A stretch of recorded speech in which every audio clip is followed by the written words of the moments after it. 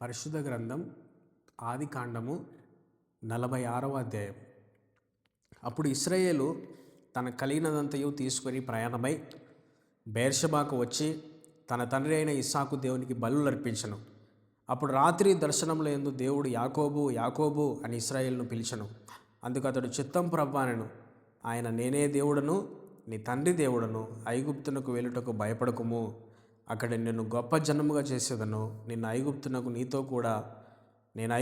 నీతో కూడా వచ్చేదను. అంతేకాదు, నేను నిశ్చయముగా నిన్ను తిరిగి తీసుకొని వచ్చేదను. యోసేపు నీ కనుల మీద తన చెయ్యి ఉంచునని సెలవీయగా యాకోబు లేచి బెయేర్షెబా నుండి వెళ్ళెను.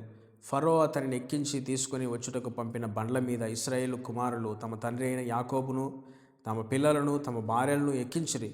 వారు అనగా యాకోబును అతని యావత్తు సంతానమును, తమ పశువులను, తాము కనానులో సంపాదించిన సంపద యావత్తును తీసుకుని ఐగుప్తునకు వచ్చిరి. అతడు తన కుమారులను, తన కుమారుల కుమారులను, తన కుమారుల కుమార్తెలను, తన యావత్తు సంతానమును ఐగుప్తునకు తనతో కూడా తీసుకుని వచ్చెను.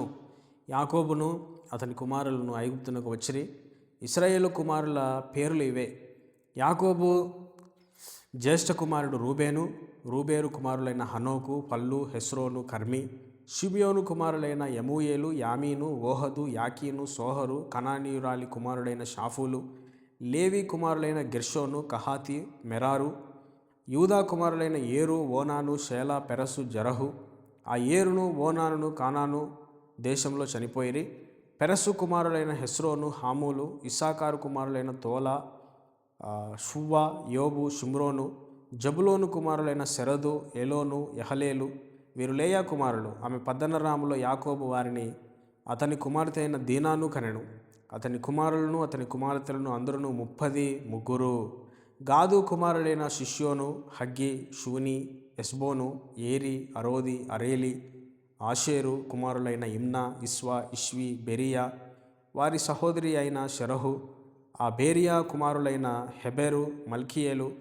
లాబాను తన కుమార్తె అయిన లేయాకిచ్చిన జిల్ఫా కుమారులు వీరే. ఈమె ఈ 16 మందిని యాకోబునకు కనెను. యాకోబు భార్య అయిన రాహేలు కుమారులైన యోసేపు, బెన్యామీను. యోసేపునకు మనష్షే, ఎఫ్రాయిములు పుట్టిరి. వారిని ఐగుప్తు దేశమందు ఓనాను యాజకుడగు పోతీఫెరు కుమార్తె అయిన ఆసెనతు అతనికి కనెను. బెన్యామీను కుమారులైన బెల, బెకెరు, ఎష్బేలు, గెర, నయమాను, ఏహి, రోషు, హుప్పీము, ఆర్దు. యాకోబునకు రాహేలు కనిన కుమారులందరూ వీరందరూ 14.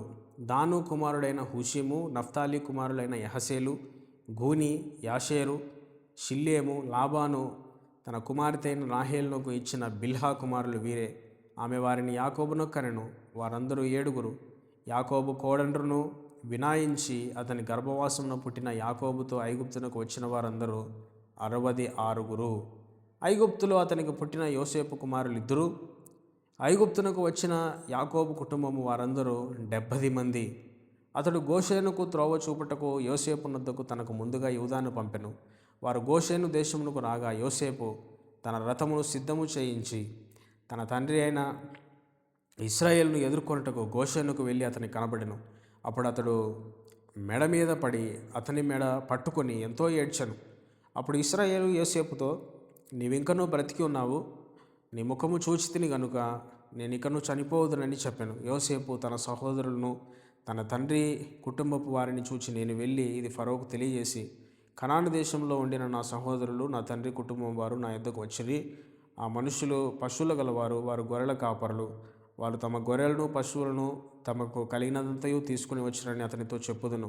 గొర్రెల కాపరి అయిన ప్రతివాడు ఐగుప్తీయులకు హేడు గనుక ఫరో మిమ్మును పిలిపించి, మీ వృత్తి ఏమిటని అడిగినలా మీరు గోషేను దేశమందు కాపురం ఉన్నట్లు మా చిన్నతనము నుండి ఇదివరకు నీ దాసులమైన మేమును మా పూర్వీకులను పశువుల గలవారమై ఉన్నామని ఉత్తరమీయుడని చెప్పాను.